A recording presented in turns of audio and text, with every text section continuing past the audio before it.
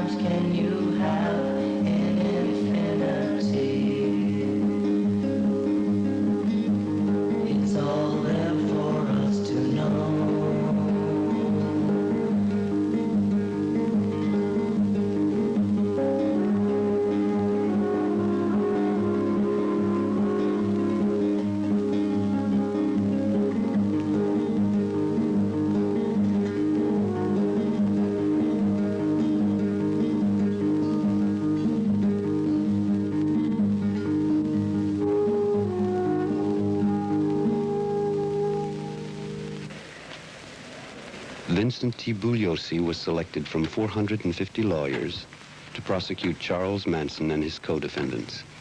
He went far beyond the traditional role of a prosecutor, personally gathering much of the evidence. Colleagues, judges, the press, and even Charles Manson have called Bugliosi a judicial genius. The Tate LaBianca murders were the so-called story on page one, not only here in Los Angeles, but throughout the entire world. It is generally agreed that this case received more publicity than any other trial in American history. The trial was also the most expensive trial in American history, costing the county of Los Angeles $1 million. The trial itself took 9.5 months, the longest murder trial in American history. These 7 incredible murders were perhaps the most savage, bizarre, nightmarish murders in the recorded annals of crime. Sharon Tate's husband, movie director Roman Polanski, could not himself have conceived of a more monstrous, macabre scene of human terror and massacre than that which took place at his own residence in the early morning hours of August the 9th, 1969. Beautiful honey blonde Sharon Tate, 8.5 months pregnant and anxiously awaiting her first baby. That night, she'd pinned up her large dogs because earlier she'd taken in a stray kitten. Her husband, Roman Polanski, was filming in London and not due home until the next day. He'd asked his boyhood chum, powerful Wojciech Frykowski, to stay at the house and look after Sharon. Paul Richard Polanski, a tiny soul who died, never having lived. Abigail Folger, heiress to the vast Folger coffee fortune. She preferred social work in Watts, the black ghetto of Los Angeles, to a jet-set lifestyle. Jay Sebring, a close friend of the Polanskis. He dropped in for the evening. Teenage Stephen Parent, his timing was tragic. He was driving out of the gate as the killers were driving in. The brutality and savagery of the murders were incredible. There was a total of 169 stab wounds, 7 gunshot wounds. Susan Atkins, alias Sadie. Her glee club remembers her as a shy, sensitive girl. Her own baby was only 10 months old when Sadie, a new mother, butchered the expectant Sharon Tate. Leslie Van Houten, alias Lulu, a Girl Scout, an all-A student, homecoming queen. Patricia Krenwinkel, alias Katie, a Bible student, a Sunday school teacher. She planned to become a nun.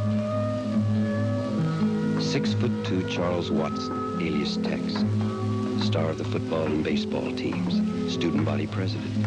He was voted most likely to succeed. Linda Kasabian, alias Darling.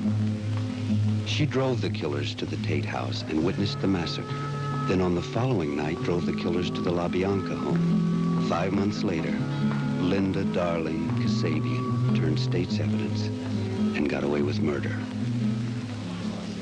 To make the murders even more bizarre, the killers printed the word pig in Sharon Tate's blood on the outside of the front door of the Tate residence, and the words helter-skelter in Lena LaBianca's blood on the refrigerator door. They also printed the words death to pigs and rise in Leno's blood on the living room wall of the LaBianca residence.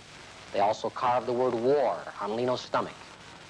Wealthy Leno and Rosemary LaBianca were reading the newspaper account of the terrifying slaughter at the Tate home when the same killers struck again. 6 killers, not just 1, but 6, were involved in the conspiracy and perpetration of these 7 murders. Moreover, the killers turned out to be so incredibly far out and unusual in their lifestyle and philosophy that when their identity became known, they actually upstaged the victims.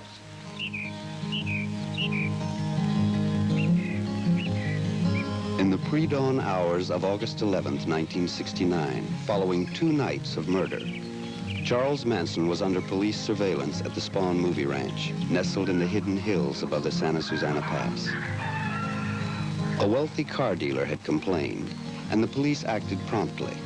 On August the 16th, over 100 deputies in full combat gear and under air cover raided Manson's compound, charging the Tate LaBianca killers with auto theft.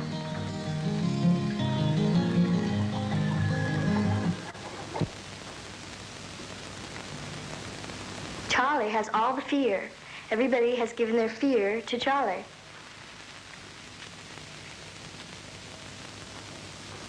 You have to make love with it. You have to know it. You have to know every part of it. And to know you know it is to know it, so that you could pick it up any second and shoot.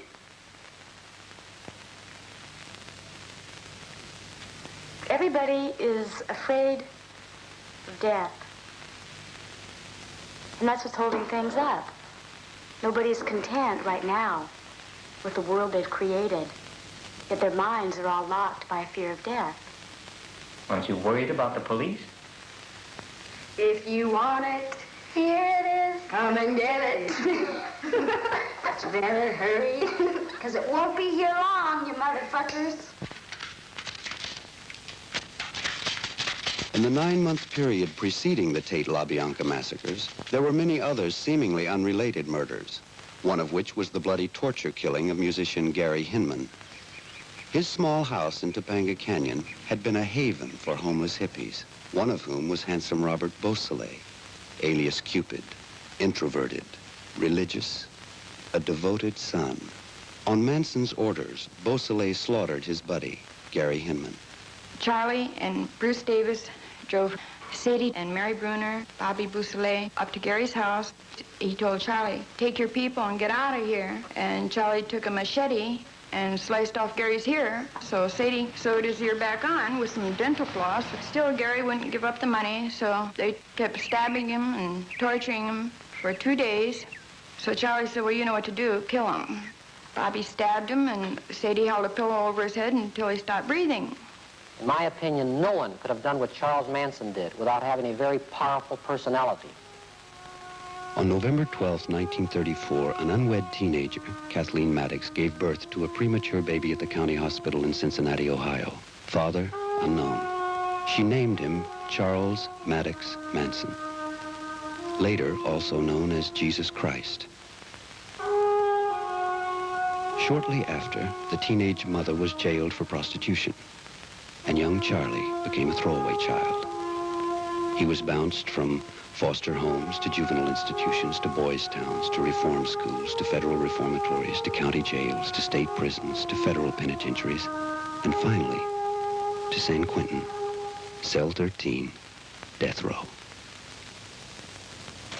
By the time he was 37, the 5'3" Manson had a rap sheet boasting 50 convictions. Hello. In these institutions, he learned the arts of thievery, larceny, blackmail, forgery, pimping, and murder. And the straight-A student surpassed his teachers. The 60s marked the great black uprisings. The black prisoners, with their newly found dignity, openly boasted to Charlie of an impending revolution where Whitey would no longer run things. The prison walls around Charlie reverberated with rumors of heavy arms caches, of Black Panther supremacy, and Charlie's helter-skelter began to take shape. In March of 1967, he was released from Terminal Island Prison in Los Angeles, assessed the hippie movement, then headed for Haight-Ashbury in San Francisco, where the flower children were beginning to wilt. He invaded the hippie scene, a Venus flytrap among the flowers. Paul Watkins, a true flower child, a musician. At 16, he was lured into the family by Charlie's women and drugs. But when murder became their lifestyle, he fled the pack. He's among those the family vow to kill. The hippie movement, when it started, was the most beautiful thing that I had ever seen. People walking up and down the street, throwing flowers and kissing each other and hugging each other, and taking their shirts off and giving each other shirts and smiling at each other and making love with each other all in the streets and in the park. And I could see music and everything in it. And I hurried up and took off. And death has no place in this. Death is the other way. We're going to life, man. This whole thing that we're into is life.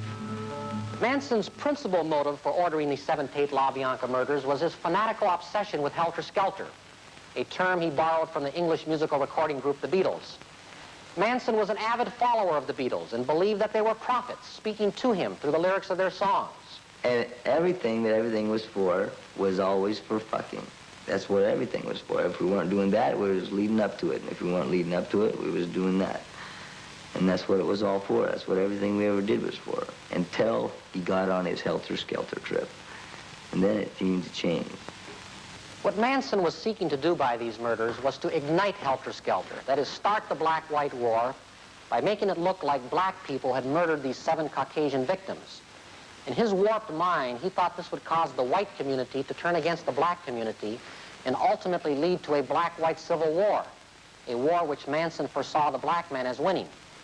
Manson envisioned that black people, once they destroyed the white race and assumed the reins of power, would be unable to handle the reins of power because of inexperience, and would therefore have to turn over the reins to those white people who had survived helter-skelter.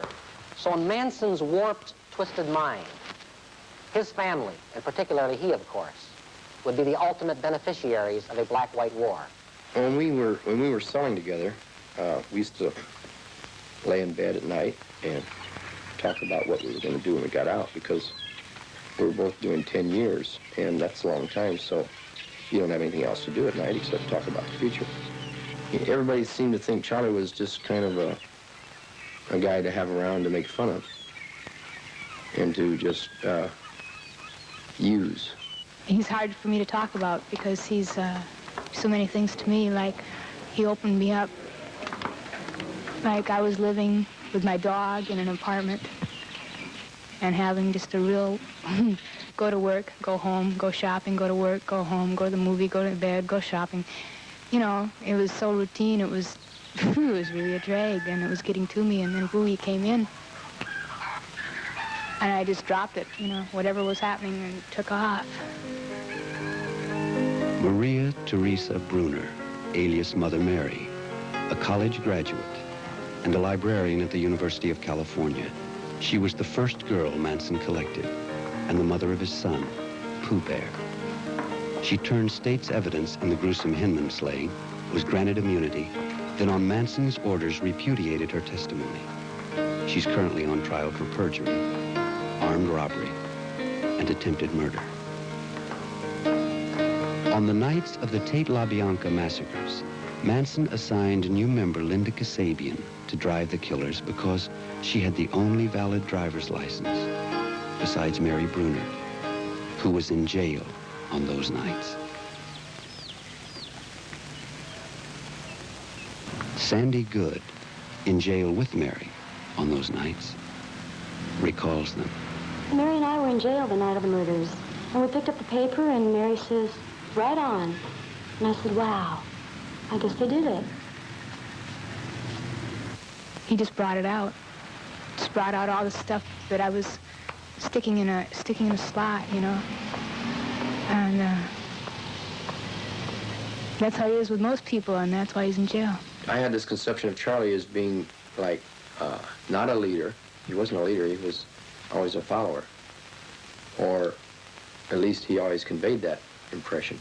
I always felt that he was good. Like he was on what they call the pay me no mind list. That's the kind of list that everybody thinks you're crazy, and but you're a harmless nut, so nobody bothers you. You know, they'd say, "Oh, Charlie, get out of here, you know. Take your act somewhere else." You know, you could walk up and tell them, you know, "Fuck you, punk." Well, I got into the family. First of all, I used to watch the black bus go up and down Topanga Canyon Boulevard. Charlie had this big black bus with a little box on top that used to tilt over to the side a little bit, so it looked like a guy with a black guy with a top hat on. And I saw this bus going down the canyon with this wild guy driving it, who turned out to be Charlie. And some girls picked me up hitchhiking. It turned out to be some of Charlie's girls.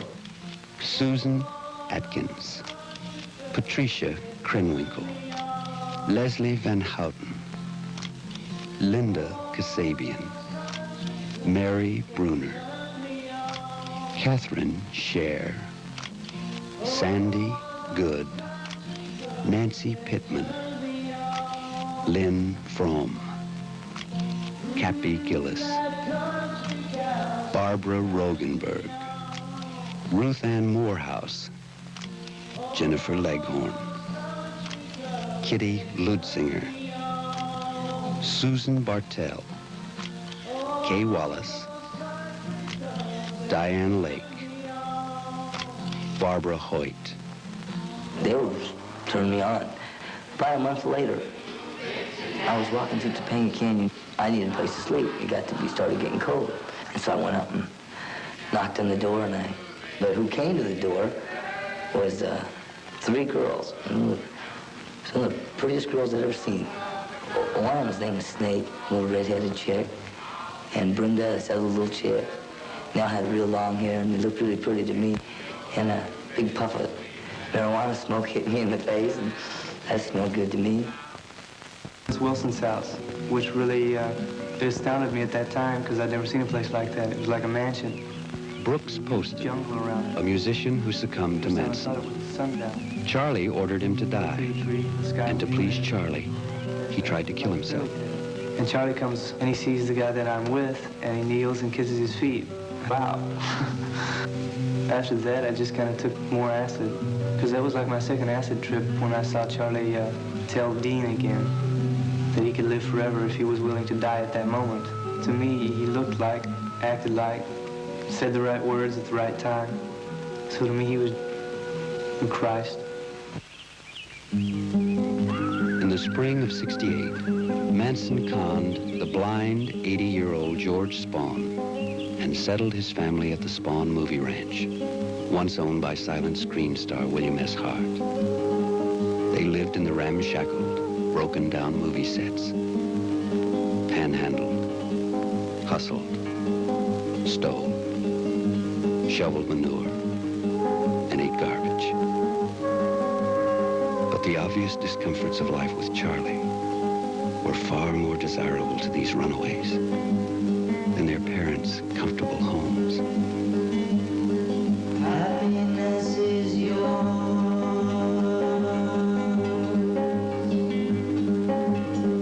With your white cloud machine, happiness will brighten your dream. From your white cloud machine.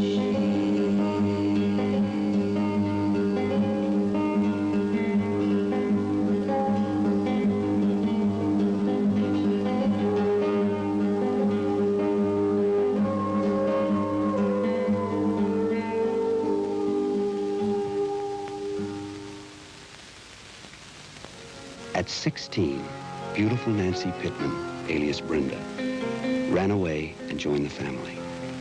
Brenda said, "I left home because there was nothing to keep me there. It wasn't a family. We just occupied the same house."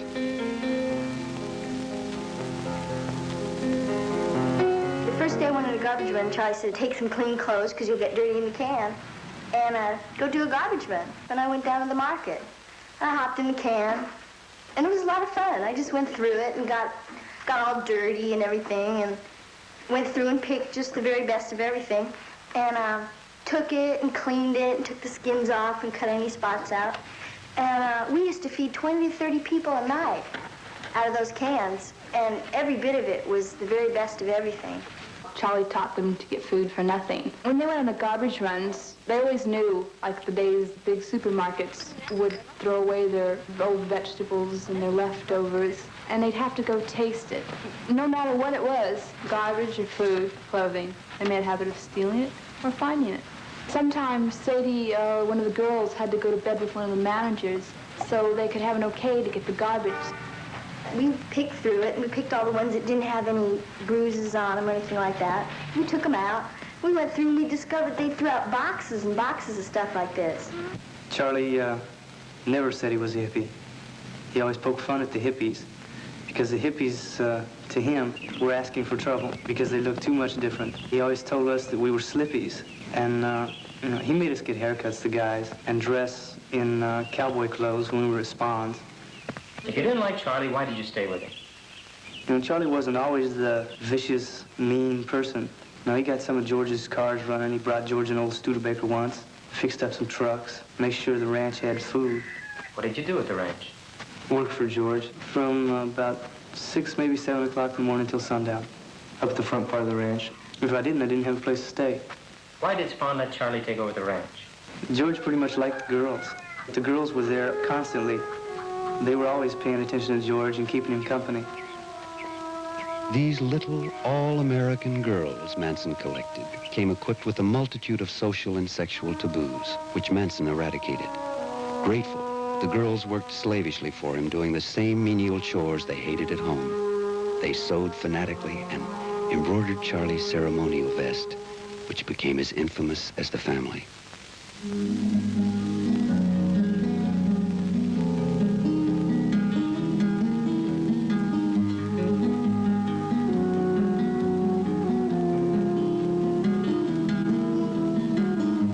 Said you're a young girl, and you don't know right from wrong.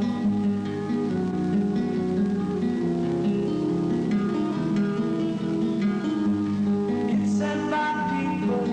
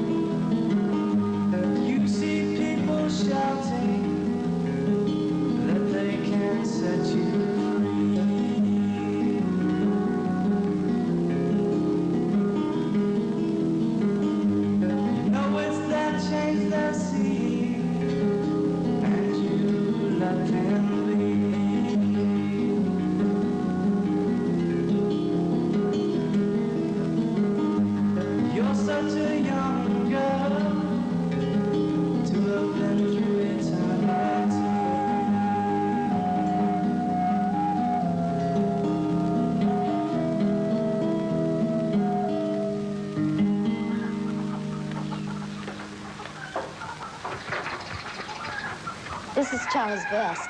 We've watched him look at it and feel it and wear it. And he's the only one that can wear it.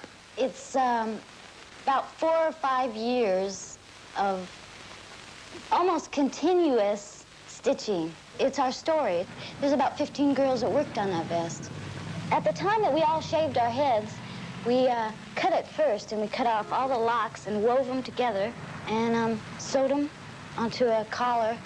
Sue's hair's on it, my hair's on it, Sadie's is on there, Leslie's and Katie's, Mary's and Capistrano.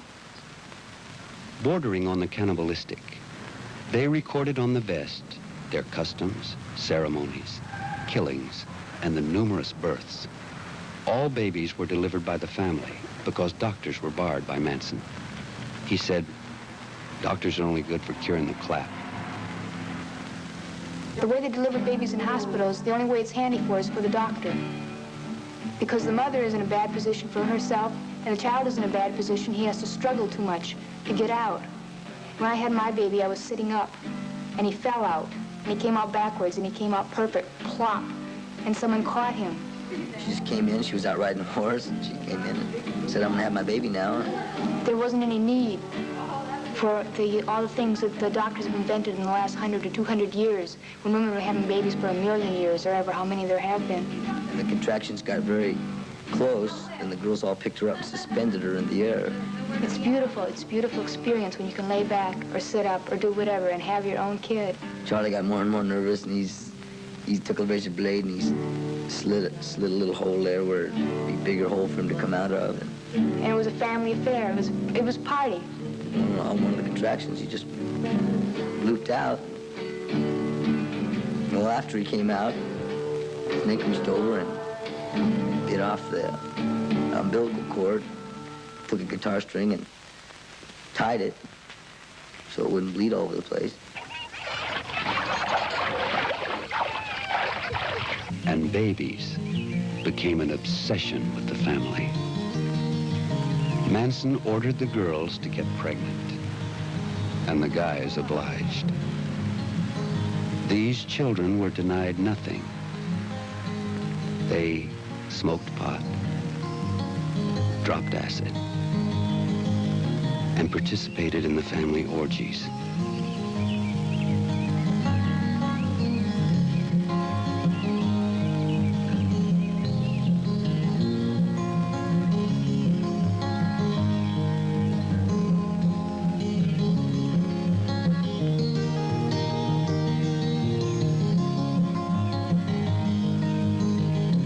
And to patiently instruct these children, Manson appointed Bruce Davis, his second in command, a YMCA youth counselor, a Little League coach, a convicted double murderer. It's only a game we play, question-answer. To have something to do, to cause an effect, to make a change, to make something go. Help is something that we all want to do. Everyone wants to help, man. I want to help.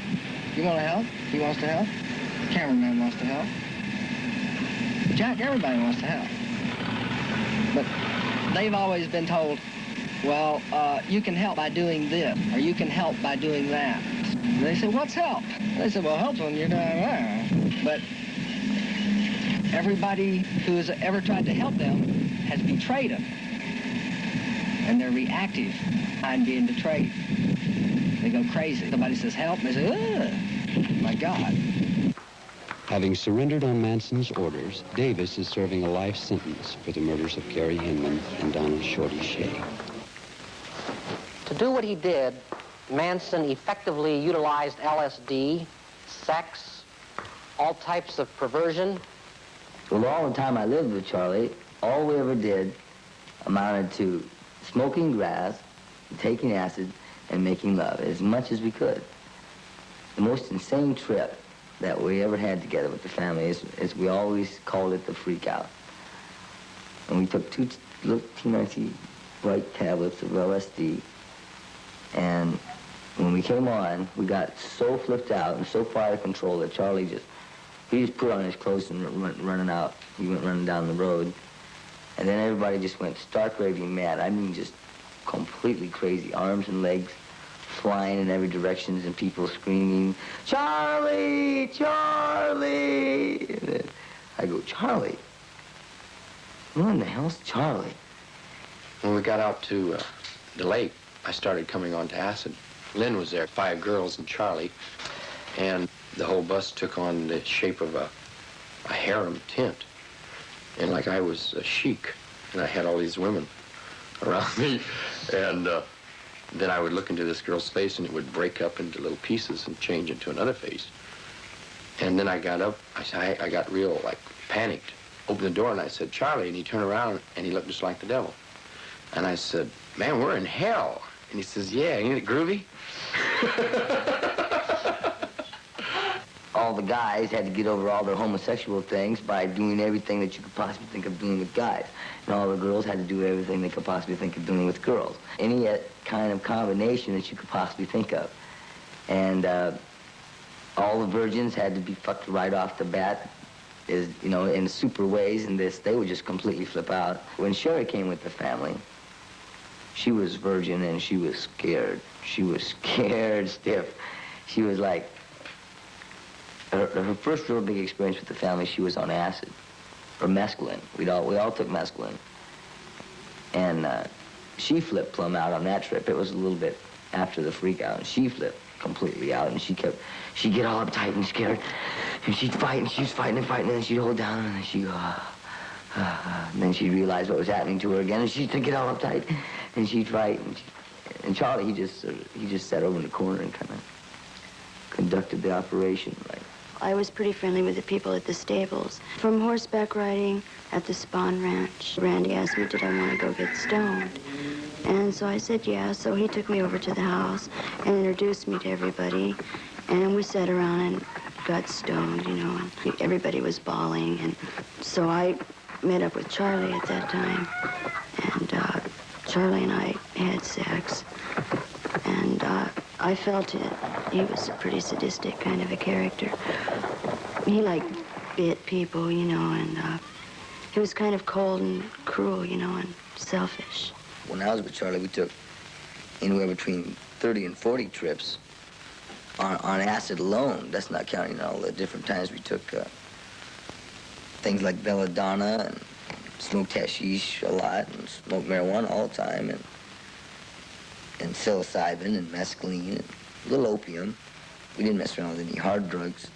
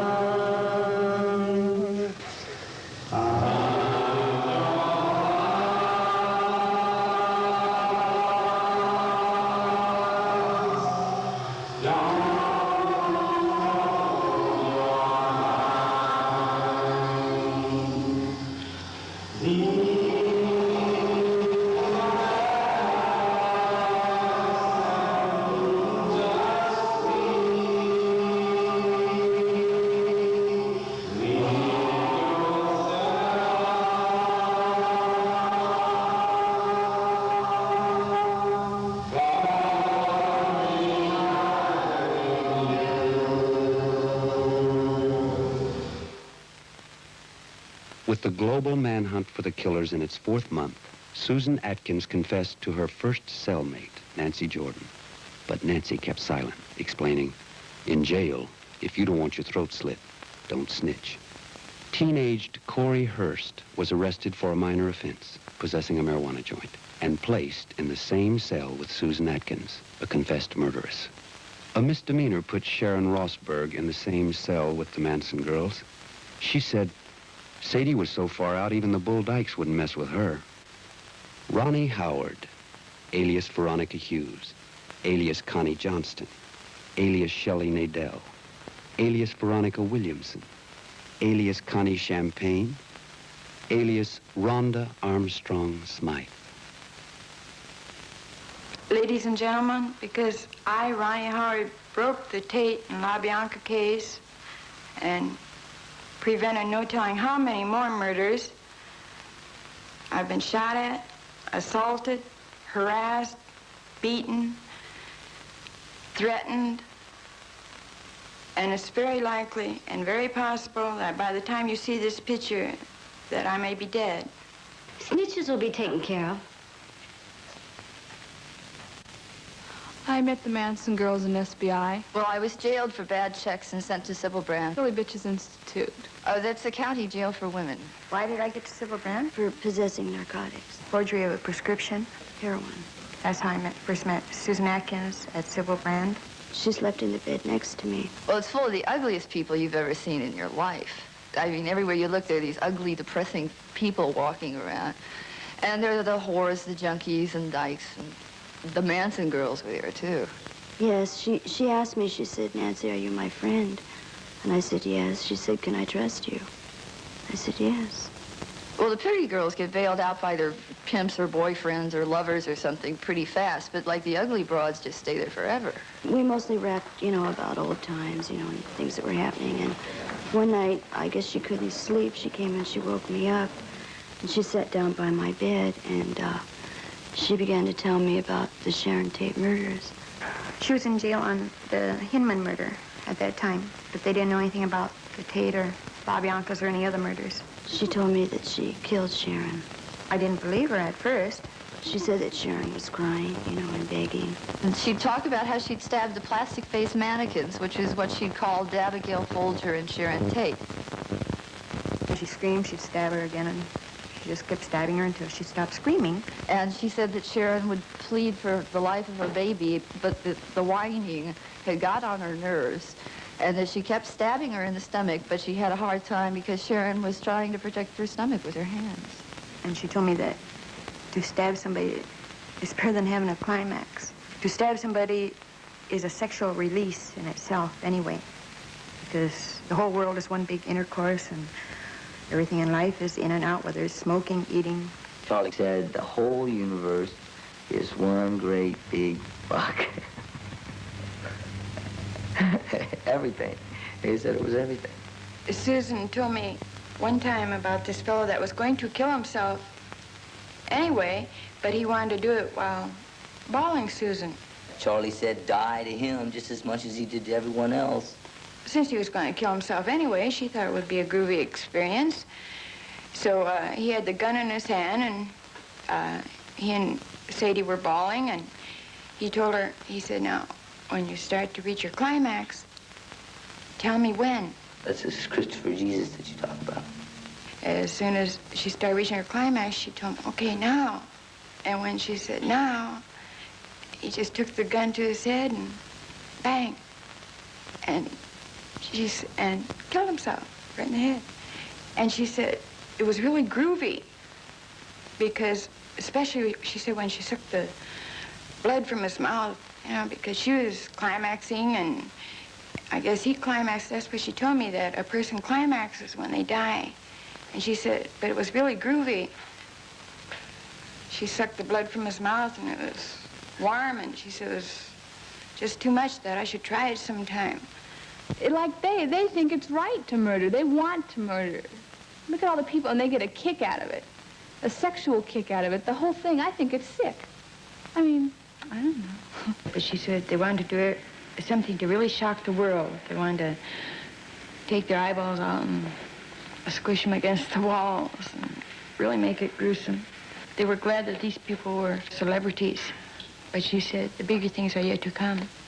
And they wanted to really make it gruesome then. I showed her this picture of Elizabeth Taylor, and I was telling her how beautiful she looked, and she said that she deserves to die. Sadie thought she was really pretty, but she had to destroy her looks to bring out the real beauty in her.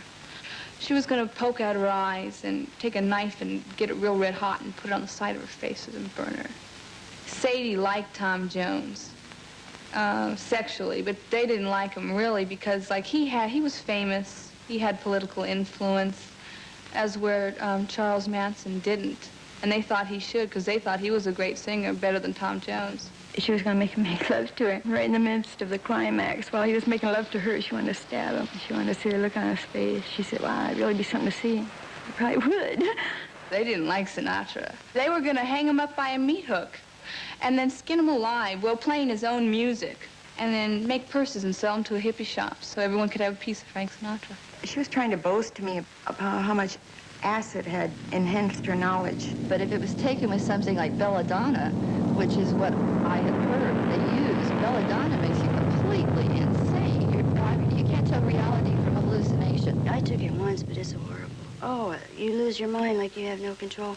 I figured it like the sex trip burned out, you know, like their orgies and things. I think like they weren't getting all the enjoyment out of it like they used to, you know. You know, I just couldn't figure out anybody telling anybody about it, you know. That's the quickest way to get caught. Despite Sadie's confession and the subsequent arrest of Manson and the 3 girls, family life at the Spawn movie ranch continued undisturbed. However, they withdrew into their music and rituals. Where the eagle flies, we will lie under the sun. Where the eagle flies, we will die to be one. Where the sun burns bright, we will soar into the sky. Never ask why love never dies. Love never dies. Where the mountains reach like fingers to the sky. Never ask why love never dies. Love never dies.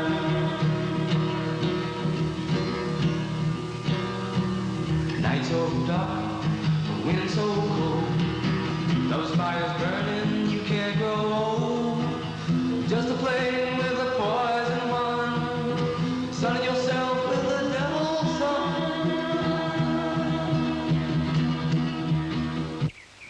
Games, hiking, drugs, and orgies was their lifestyle. An adolescent's paradise, no responsibilities, no decision-making. All in, no ego. They sang together, loved together, and killed together. Togetherness. Why, Shorty Shea's decapitation was a family project. Some tortured, some butchered, and some buried the pieces. And the establishment smugly dismisses the Mansons as an oddball phenomenon. These kids came from our own schools, our own neighborhoods, our own homes. By the time the Sadies, and the Katies, and the Leslies had reached the age of 14, they'd witnessed over 14,000 killings on television. We are what you have made us. We were brought up on your TV. We were brought up watching Gunsmoke, Have Gun Will Travel, FBI, Combat.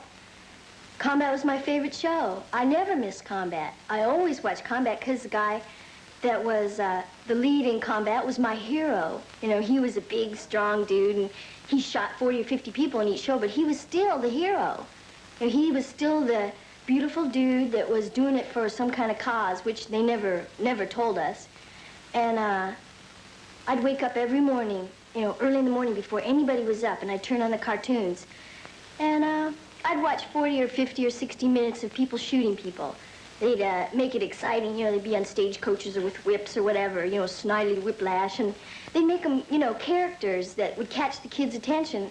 And this guy you were looking to for, you know, entertainment or whatever you want to call it, was killing all through the show. Every show we ever watched was all killing. All those old-time gangster movies where, you know, it was all exciting. They were in the cars with the low hats on, and they were cruising, and they were shooting out the windows, or, you know, it was all exciting. And we are what you made us. Exactly. So what's the big deal? 5 or 6 people get killed, and you all freak out and put it on us, and we're just reflecting you back at yourselves. Charlie, who's you? He reflects you. He's Who's a your mirror. reflection? If you're guilty, then he reflects guilt back at you. Because we're all guilty of the whole thing. Manson has frequently said that he is merely a reflection of what other people want to see in him. If a new girl joining the family were seeking a Christ figure, he would be her Christ. I've been laying up here paying for your sins for 2,000 years. Yeah, he is God. And that's why they're hanging him. That's why they're killing him. That's what they want to kill, is God. That's what the preacher wants to kill when he wears his black robes and stuff. That's what the judge sits up there in his black robe and orders to death. He said that he'd been hanging on the cross. You know, like 2,000 years ago, he'd hung on the cross and died for everyone's sins, and it didn't do a fucking bit of good. So now he's up again. He was talking about killing my ex-wife, and I told him, well, Charlie, I don't believe in killing. And he said, well, I can give life, so I can take life. He says, I've died on the cross. Yeah, I believed he was Christ. In other words, Christ is love. Now, Charlie is love. That makes him and Christ one. So even if they execute him, he's still one. He's got to where he's going. If they set him free, he's one. Either way, he's winning out. He's already died once for the whole world on a cross. In other words, you can't kill a man twice. The thought of justice as being Jesus Christ dying on the cross is nearing completion. He died with a beautiful smile on his face because it's a total climax to die. It's all music, all sound, all beauty, all color, all at once. We talk this way and people say they're deluded. We've seen what's possible. We've seen Charlie do things that no human being has ever done, or no human being has revealed that he could do these things. No, we've seen miracles. We know that anything's possible because he's a spark. He's a light. We've seen him do, you know, what people call supernatural things. We saw him bring a bird back to life.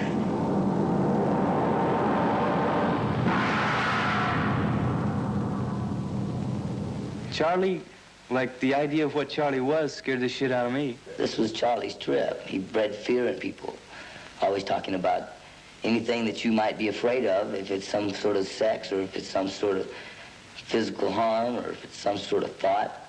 Whatever he could find that you would fear, he would play on. He wanted to mold the hippie movement into something.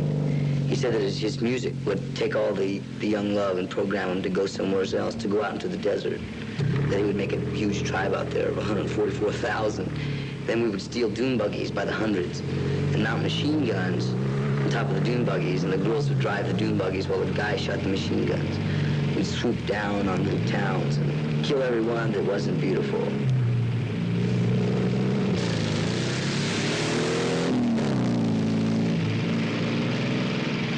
The revolution is waiting for a spark. Everybody's ready. Everybody's got their guns together. Most people do, and anybody who doesn't should. And everybody's waiting for a spark. Everybody's waiting for somebody. For a third-grade dropout, Manson was surprisingly knowledgeable about world revolutionaries. He fancied himself like Marx, Lenin, Trotsky, and Stalin, as illustrated by this family-made collection. However, he patterned himself after Hitler, teaching Nazi philosophy to his family and planning his revolution. There are a startling number of similarities between Manson and Hitler. Manson, like Hitler, has some other aspect to his personality. Some frightening and tangible power and quality about him that no one has yet been able to discover. So when Charlie gets out, it's on. The revolution is on. Wealthy debutante Sandy Good had earned her BA and was halfway through her master's when she met Manson. In and out of jail frequently, she remains fiercely and dangerously loyal to Manson and his revolution. She stated, "The establishment won't let us live until we learn how to die." And if you're not dead now, you better be dead. It'll be the worst hell on earth. It'll make Nazi Germany look like a picnic. And they know what's gonna happen. They know. Lynn Frome, alias Squeaky, a typical suburbia USA child raised on kites, roller skates, and dancing lessons. She majored in psychology and aspired to be a social worker. She was the second girl Charlie collected, and his favorite. Squeaky says, every girl should have a daddy, just like Charlie. You have to take whatever comes to you. You have to be ready right now, right here, right now. It's just like that. And that's exactly where we're at all the time. And one time, Charlie decided what it amounted to for me to go through my changes was that I had to die. Vicky's coming up and she's telling me that her love wouldn't think anything about eliminating me. And love is infinitely strong and infinitely mad. It's erratic and crazy, crazy. It's soul. That's what soul is. It's this guy. Because it don't take much, and we're right animal. And as ferocious as we need to be. As electric, as snaky, just like this guy. As quick. We are animals. We are. All right. This is beautiful. Okay. So we'll be able to... You have to have this thing to where it just slides right out with your own motion. And you have to know every bit of it. You have to know it from the point all the way down to the handle, which feels good in your hand, which is comfortable. You know, sitting on the corner, we can't take out these knives all the time. Chris in the dark. Death was Charlie's trip. Charlie said that everything was death, and that death was life, and that death was all, and that death was this, and that death was that, and that death, die, motherfucker, die. Everything was death. Whenever we need to, we do. We respond. We respond as we respond with whatever we have. It feels good. It feels good to be ready to face death and love it. Picture it to be at all. All they've heard about is a real hot, low valley that no one can live in. You know, just the name itself is death. Catherine Scher, whom Manson named Gypsy because of her wild, tempestuous nature. A university graduate, majoring in music, and daughter of a prominent psychologist, Gypsy displayed an exceptional talent in oratory. And because of her persuasive articulation, she became Manson's prime salesman, recruiting such infamous members as Robert Beausoleil and Linda Kasabian. We're going to the desert. Money won't mean anything. There won't be wives. It'll be one man and one woman moving together, mowing down anything in their path, all headed towards Death Valley. To Manson, Death Valley was a utopia, miles from civilization and the watchful eye of the police and parents. He settled his family into a strict, Spartan lifestyle, training, drilling, and teaching them that crime thrives in the American system.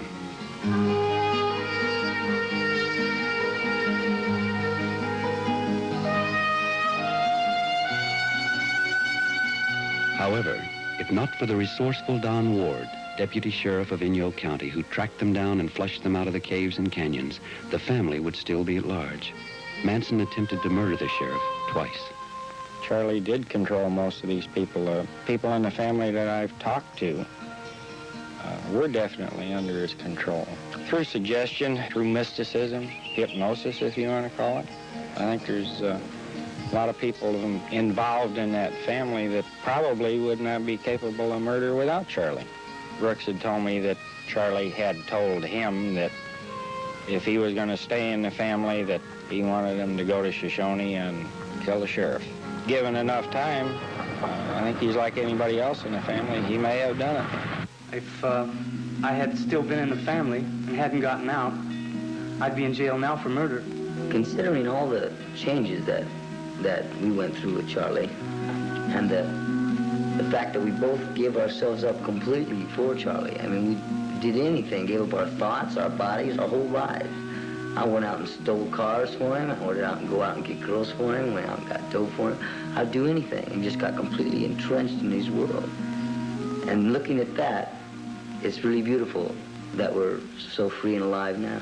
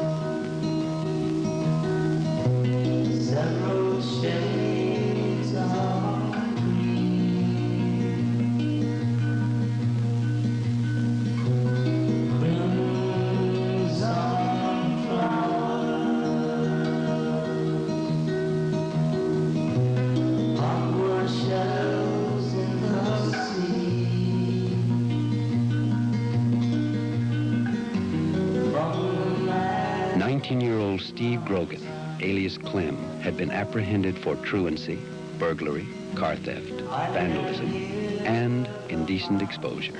He got along fine with Charlie. Manson, who inoculated his family with hatred toward their parents, found his most avid disciple in Clem.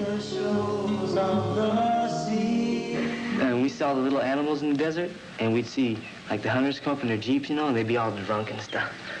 Their awareness level would be about this high. And we'd see all the squirrels and the ground squirrels and chuckers, and we'd say, "Hi, you guys, get in your car, get in the holes, man." Because the beasts are coming down the road. And it's like, whew. And they come to you with their guns, their big 357s. It's like you seen a little kid in the bathrooms or behind his house, and you say, "Look at my dick," and his friend would say, "Well, my dick's bigger than yours." Well, they come up with their big guns, and they say, "I got a 350, look at my 357. Well, I got a ring jing zip zap rap rap." And they'd be comparing their dicks, you dig? It's like Freud would say, everything is phallic and vaginic, you dig? And so, like, they got the big dicks, man, because they can't fuck. The mama has cut their nuts off, man, when they're little boys. So they fuck with a gun, man. Pow, wow. Experience all that, you know, vicariously. All our lives, our parents have told us, stay in the background. We'd have the girls write home to mom and dad and say, "Boy, I'm going to come home and send me a bus ticket or send me a train ticket or a plane ticket or send me the money. I need $200 to get home. And I'm going to come back and go to school. And I'm going to get a secretary job and blah, blah." And they'd send the money and Charlie'd get it. Charlie loves us to be beautiful. And he let us be beautiful. And he robbed us from our parents, and he gave us back to ourselves. And he wouldn't take us hanging on him. He wouldn't be our leader. He made us be strong inside ourselves and be our own leader.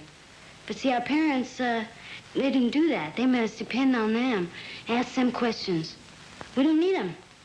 So all of a sudden, we're right in front of the camera showing how we live, and then our parents' training pops in and says, "Get the background. Serve the company their hors d'oeuvres, go to your room.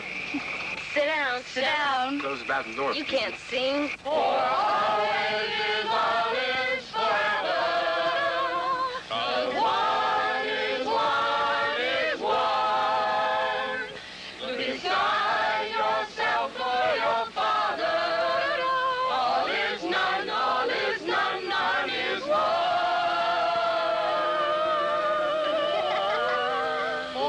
If you're too bright, then they can't take it. They can't take you being too bright, because they want to be bright. Yeah, every girl ought to have a daddy like Charlie. Should, deserves to have a daddy like Charlie. When I was a deer, I came to you in the forest. I saw a man as God. That's your rightful order. I came to you with all the love of my heart, for I was for you. And you slaughtered me. So therefore I had to hide. Hide myself or you would kill me. You dig? That's why the kids hide, man. Because they come out and the parents tell them, "Shut up, get back in yourself. Don't be too bright, because then we have to judge ourselves. And we're not as bright as you and happy, and then we got all our guilt to balance off. It makes us look at ourselves." Clem played the idiot so well that Superior Judge James Coates reduced his sentence to life imprisonment, stating, "It's clear Grogan functions barely above the animal level." Never say never to always. I'll never say always tonight. Seem is to dream a dream I like. 'Cause one is one is one. For always is always forever. 'Cause one is one is Well, one. Charlie was trying to take over this religious organization called the Fountain of the World. And Shorty had lived at the Fountain of the World, and so he knew what Charlie was doing with the fountain. Charlie wanted to use the fountain as a base of headquarters to go out and kidnap kids, bring them there, tune them in, or program them, or take them out to the desert. He said he had to kill Shorty. He had to have Clem chop his head off. He said that Shorty wouldn't die until he chopped his head off. He said they just kept stabbing him and stabbing him and stabbing him and stabbing him, and he just wouldn't die. He had blood up to his arms, and he kept saying, "Why, Steve, why?" That's Clem's name. And Clem said he didn't pay any attention to him. He just kept stabbing. And then Charlie told him to cut his head off. So he got a machete and whacked his head off. His head went bloop, bloop, bloop. He rolled over to the side. and Clem will be eligible for parole in 7 years.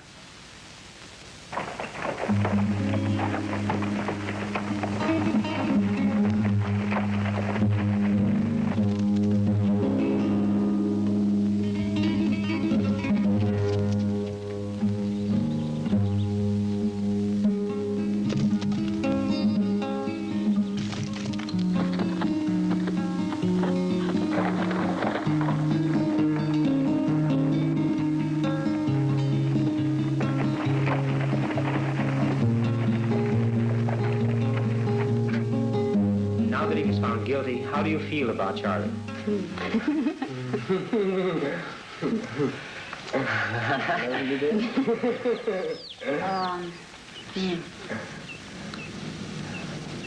All the love I have. If they ever laid a finger on Charlie, well, they'll have to contend with us. If we were unarmed, we would chew their necks off. Anything, claw their eyes out. And they know it. Because we haven't hid it. We have made no secret of our feelings. I can't conceive, I won't conceive of the state executing Charlie. I can't either. I can see him being free. They're willing to be in there for everybody. They know they're in there for everybody, you know. And the whole jail's together over them. Every girl in there loves them, just loves them like crazy. We were scared of him. Besides, nobody likes a baby killer. Not in jail, anyway. Maybe we'll all have to go in to get out. Maybe all of us will just go in, knock on the door and say, me. Sadie's an open hole. She's very open. She's given up completely, you know, to, you know, whatever. You know, like she sees the gas chamber facing her, but, you know, she don't care. And that's what people can't understand, that she don't care. She's giving up her life for all the young people to be free. How about Mary Bruner? She felt she was getting out, you know. She's just out for a while. I mean, we're all in jail, you know. So she's out for a while, and it feels nice, you know. But she knows she's still in jail. As long as Bobby's in jail, she's in jail, you know. As long as any one of us is in jail, we're all in jail, you know. I'm just walking around out here, but I'm in there. I'm in there with all those people. I'm in there with every young person that should be free. And I'm in the Hall of Justice with Charlie. And I'm in death row with Bobby. Because you might see different bodies, but we're all one mind, one spirit. And wherever we are, none of us will be free until every single one of us is out, you know. And I might as well just be in jail. If I thought I could do better in jail, I'd just walk right in right now. The truth has not been in your courtrooms. Never has been in your courtrooms. All you have is confusion in your courtroom. Why do I have to stand and take the blame for your sins again? I spent my life in jail, paying for you, so that you could ride your bicycles, have your birthday parties, have what you'd call a life. You know, I never had a life. I don't even know what life is, you know. I go to the desert. I'm not even allowed to live in your desert. I'm no good for anything except to be used as your scapegoat. I'm used every day of my life. I've been used. When I haven't been used and I have been on the street, I've been chased, run, harassed, pushed, kicked. My ribs have been broken, you know. The same man that gives you a traffic ticket is the same guy that knocks my brains out. He figures just because he is the man, he can get away with it because nobody's going to say anything. My daddy's not a congressman, a doctor, or a lawyer. He was in jail for about 23 years in an incubator. He was just born into this world about 4 years ago. He's not in there because he has to be. He doesn't have to be in the Hall of Justice. No one is keeping him at the Hall of Justice. No one is keeping him in that court. If he wanted to, he could be sneaky enough to walk out of that jail. Don't you want me to make you? It's coming down fast, but don't let it break you. Tell me the answer. You may be a lover, but you ain't no dancer. Look out, helter-skelter. Helter-skelter. He's been in jail every 3 weeks since he's been out of jail, and that's why we were hiding for so long. Now, throwing us in jail is nothing. We'll die for each other before you can separate us. I'm ready to die for Charlie. He's ready to die for me. He has died for me. It's like those girls in the corner have got more faith than this whole country's got. Perhaps because of the massive press and news coverage, Manson quickly became a martyr to the youth. Young people were interviewed in major cities before, during, and after the trial. I think he's a great person. Yes, and I love him dearly. I think he's darling. I think he's okay myself. I don't think he did it. I think it was inspired by the devil. Well, I don't think he's right in what he did. I think he's cool. Oh, I think he's a cool dude. Carlos Manson es el producto de la sociedad americana. Es un loco, un maniático, un asesino, un anglosajón. Charles Manson, il est complètement fou. Il est comme tous les Américains. These novelties and posters quickly flooded the head shops and sold out. In a bid for even more publicity, he carved an X on his forehead, shaved his head, then arrogantly altered the X into a blatant swastika. His robot-like family followed suit, and the hippie community, which had swallowed the Manson martyrdom, now vomited him up, back to the establishment. However, the press and the news media obliged again with headline coverage. And while Charlie watched from his cell, his girls sat vigil on the corner below, and Broadway and Temple became the major tourist attraction in Los Angeles. Runaways gravitated to the corner, and Charlie's family grew. The family was so intent on breaking Manson out of jail that Gypsy, Dennis Rice, Kenneth Como, Lawrence Bailey, and Mary Bruner allegedly attempted to rob a surplus gun shop in order to hijack a jumbo 747 and ransom the family on death row. The attempt culminated in a bloody shootout with the police. Over 200 guns were confiscated, and the raiders apprehended. From inside prison, an angry gypsy lashed out at the establishment. They've taken one man, and they put him in front of you, and they put him in the newspaper every day. It's something to focus on. It's something to look at. It's interesting. And they make him very, very, very exciting, a devil of every type and description, everyone's nightmares, everyone's boogeyman, so that you won't notice what's going on right around you. So you won't notice that war across the ocean. And you won't notice your brothers leaving every day and getting killed. And you won't notice the rioting that's happening in the streets or the bombing. They're focusing their attention on a scapegoat so that you can look and have all your hate towards that one awful man. And so you won't look at Nixon and what he's doing. And Nixon points his finger at Charles Manson, and he says, with his bloody finger, he says, that man's a murderer. Nixon is going one way. Manson is going the other, and both cannot live with each other. For the murders was love of brother, because we knew we'd do anything to get Bobby out of jail. It was simply that Bobby had been arrested for the murder of Hinman, and the girls, to get him out of jail, decided to commit copycat killings with writing on the wall and the whole thing. You know, multiple stab wounds, and thereby letting the police to believe that the killer was still at large. Linda suggested the Tate house, because she had been there. And she got in the car and she drove to the Tate house.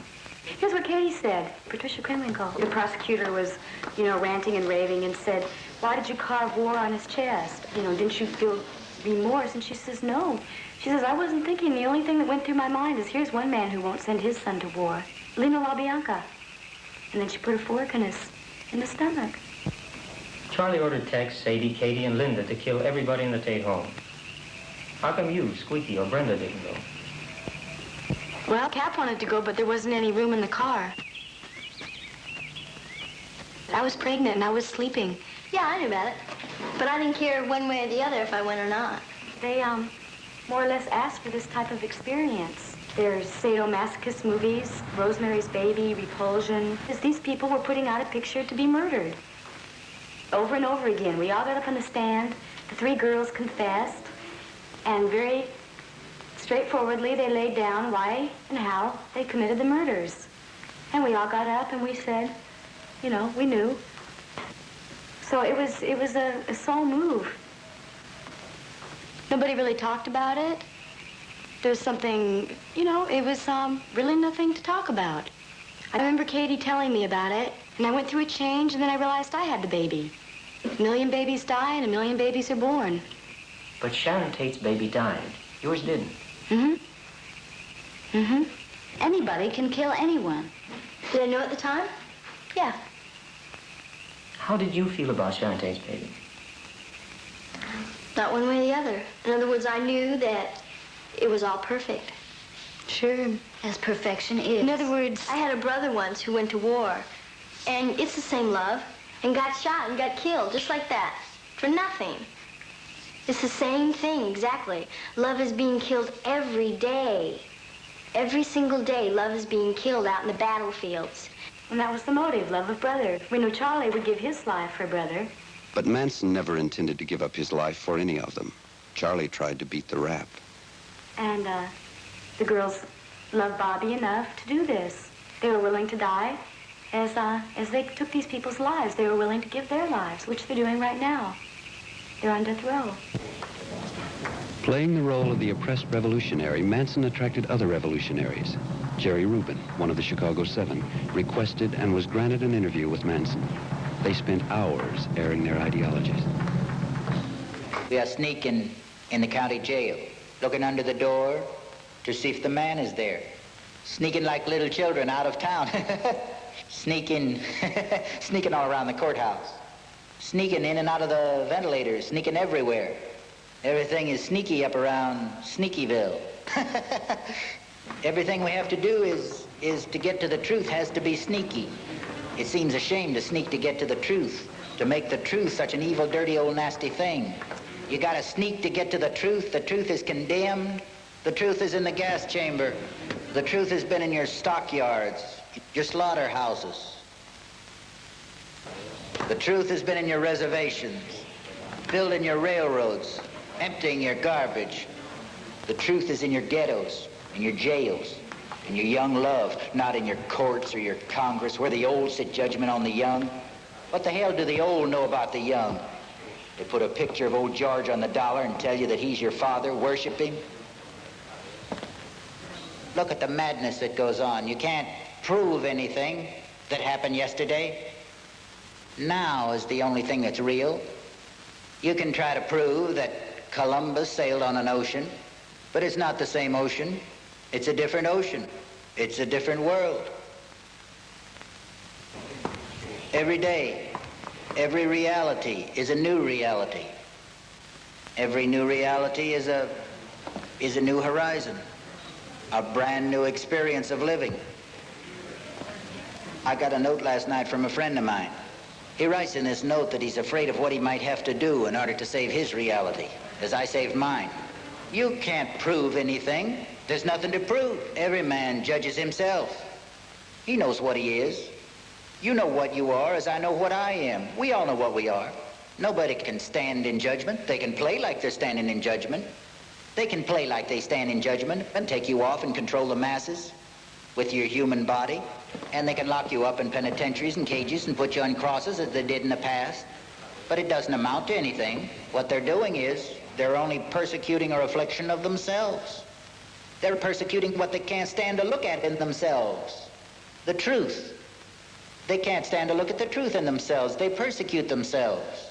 They're butchering themselves every time they go on the freeway. They hate themselves. Look at the signs. Stop. Go. Turn here. Turn there. You can't do this. You can't do that. You can't. This is illegal. That's illegal. Everything's illegal. The police used to watch over the people. Now they're watching the people. The president doesn't represent the people. He should be on the roadside picking up his children, but he isn't. He's in the White House sending them off to war. And you're saying I have to pay for this again? And again and again, I've got to pay for your sins. How many times have I got to pay for your sins? I'm getting tired. I'm getting tired. The people you call my family were people that you didn't want, children that were alongside the road that their parents had kicked out. So I took them to my garbage dump and fed them and taught them that in love there's no wrong. Everything they've done for love of brother. I lived with Charlie for 1 year straight and on and off for 2 years. I know Charlie. I know him inside and out. I became Charlie. Everything I was Charlie. There was nothing left of me anymore. And all the people that are in there's nothing left of them anymore. They're all Charlie too. He confided in me about killing people, about how groovy it was to stick a knife in somebody and turn it sideways, and about how groovy it was to lob off some guy's head and watch it go rolling, and how warm and groovy the blood was as it squirted all over the place, and how far out it was to take a gun and blast some guy in the stomach, wipe blood all over the place, and smash bodies into things and just have pools of blood everywhere. Because he said there was no death. He said death was love. Charlie had no idea what love was. Charlie was so far from love, it wasn't even funny. But when I was in there, I thought it was love. I didn't know. How was I supposed to? I had never seen love in my whole life. And here's some guy saying, love, love, peace, beauty. And at your back door, he's telling you the kill is all right. The death is just the most beautiful trip in the world. And the killing is a fantastic thing. Life is life. And the only way you get to life is through life, not through death. The Manson family is now serving a combined sentence of 321 years.